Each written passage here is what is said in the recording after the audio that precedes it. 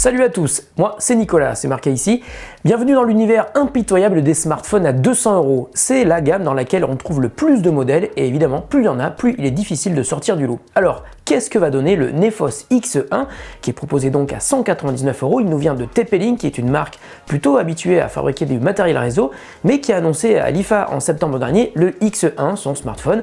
Alors, qu'est-ce qu'il a dans le ventre? Le Nefos X1 nous offre une première bonne surprise, son design. Il est entièrement métallique et il est assez joli, la construction est de qualité et on n'a pas l'impression d'avoir un appareil bas de gamme entre les mains. L'écran de 5 pouces adopte le format désormais très répandu de 2,5D, donc légèrement arrondi sur les bords. La prise en main de l'appareil est excellente, il est très fin, il n'est pas très lourd, il tient bien en main et même très bien dans la poche. À l'arrière, on remarque un capteur d'empreinte digitale qui est assez rapide mais qui n'est pas très grand. Du point de vue des specs techniques, l'ensemble est plutôt moyen dans cette gamme de prix. L'écran n'est qu'en 720p, il y a 2 Go de RAM, 16 Go de stockage et un processeur MediaTek P10 8 cœurs. La puissance du X1 est assez modeste, AnTuTu Benchmark donne un score d'environ 46 000 points, ce qui reste malgré tout dans la moyenne des smartphones à 200 €. Dans les jeux comme Super Mario Run, il est super à l'aise et l'écran de 5 pouces s'avère même de taille idéale pour ce genre de runner à une seule main. Avec Angry Birds Go, c'est tout à fait correct avec une seule carte, mais on commence à sentir des ralentissements à partir de 3 cartes à l'écran. À l'intérieur du Nefos X1, Android 6 Marshmallow dans une version quasi pure stock Android est proposé. Nefos y a malgré tout rajouté NFUI qui est sa propre surcouche.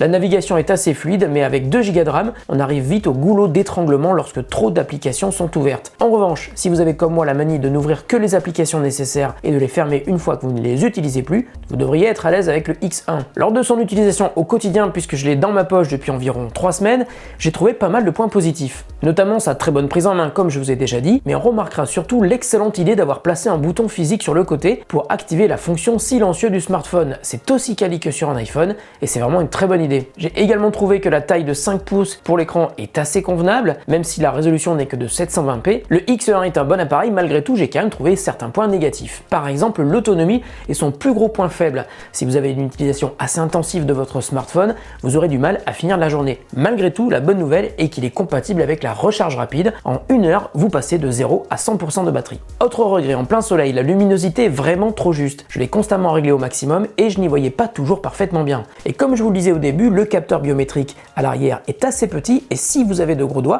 ce sera d'autant plus difficile de faire reconnaître votre empreinte. Enfin, la partie photo et vidéo est vraiment trop juste. Très peu d'options, mais c'est ici la faute au choix d'Android stock et une qualité pas vraiment géniale en vidéo, même si pour la photo il se débrouille plutôt bien, à condition de rester dans de bonnes conditions de luminosité. Sachez également qu'il existe dans une version beaucoup plus grande, le 5,5 pouces, qui est le Nefos X1 Max, avec 3 ou 4 Go de RAM au choix, ça c'est plutôt pas mal, et avec un écran qui passe lui en Full HD. Malgré tout, ça reste le même processeur, donc je pense que la taille de l'écran et la résolution devraient le rendre un petit peu moins rapide que la version 5 pouces. Voilà, avant de vous quitter, je voulais juste vous signaler un petit truc plutôt intéressant.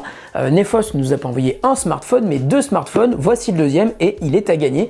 On va le faire gagner sur le Twitter de The Grand Test dans quelques heures. Voilà, soyez attentifs. Merci de votre fidélité. Si vous avez des questions à nous poser sur le Nefos X1, surtout ne vous privez pas à nous mettre des commentaires sous la vidéo. Et puis si vous avez envie, vous pouvez aussi liker la vidéo, vous abonner. Et puis ce t-shirt est un Tostadora. Si vous êtes un petit peu fan de musique comme moi, ça doit vous dire quelque chose. Allez, salut à tous et à très bientôt sur The Grand Test.